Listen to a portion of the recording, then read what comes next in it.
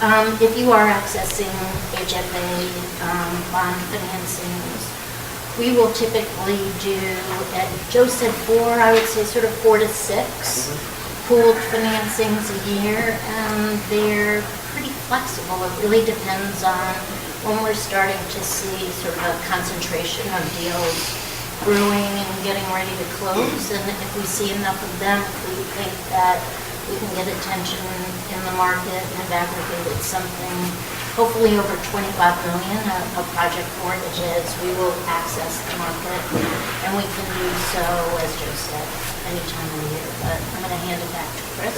Okay, great. And just one point on that, in case there's any concern about, there's no cross-collateralization or loss on the separate properties when they're in the open resolution. They're basically pooled and marketed, but they're all separate properties, so you don't have to worry about that. And I can spend a second just talking Okay. about I just have one more and I'll do it real quick. Okay. Mm-hmm. The final point on this slide is that HFA... Chris, are you going into HFA for a new deal? Yeah. Well, that's coming up next. Yeah. And yes is the answer. Because, Good luck. per my last...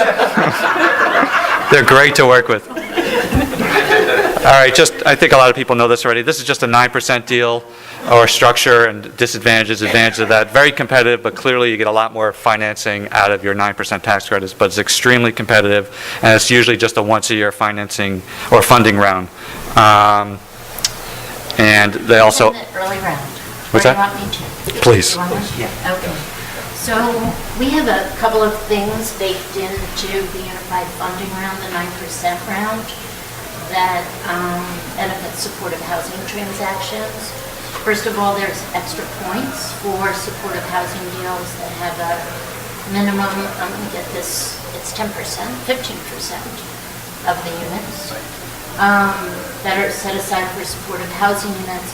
And plus, we started 3 cycles ago an early round that was meant really to give shovel-ready projects that met some high policy goals of the agency, sort of a better chance of competing and getting an allocation of 9% credits. And one of the policy goals there is supporting housing. Back to you.